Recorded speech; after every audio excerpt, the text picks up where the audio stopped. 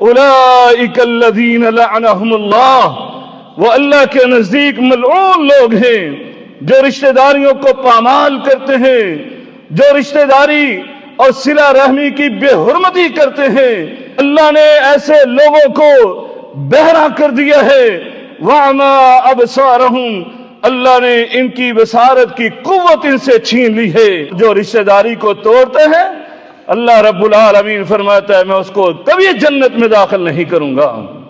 دوستو اور بھائیو، اب وہ بھائی بھی توجہ سے سنیں جو کہتے ہیں ہم تو جڑنا چاہتے ہیں، ہم تو ملنا چاہتے ہیں، لیکن میرے رشتہ دار ہی ایسے ہیں جو مجھ سے نہیں ملنا چاہتے، جو میرے ساتھ نہیں جڑنا چاہتے۔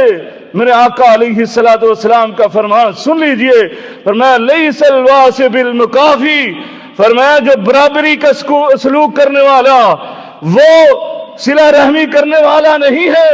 فرمایا واصل کون ہے، رشتہ داری کو ملانے والا کون ہے، صلہ رحمی کرنے والا کون ہے؟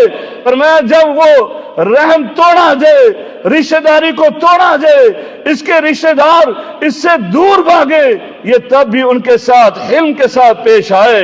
جب اس کے رشتہ دار اس کے ساتھ برا سلوک کرے، یہ ان کے ساتھ حسن سلوک کے ساتھ پیش آئے، وہ بد اخلاقی کا مظاہرہ کرے، یہ اخلاق کا مظاہرہ کرے، وہ اس کے ساتھ دشمنی اور عداوت کا مظاہرہ کرے، یہ ان کے ساتھ محبت اور مودت کا اور پیار اور الفت کا مظاہرہ کرے، وہ ان کے ساتھ شقاوت کا معاملہ کرے، اور یہ ان کے ساتھ صلہ رحمی کا معاملہ کرے۔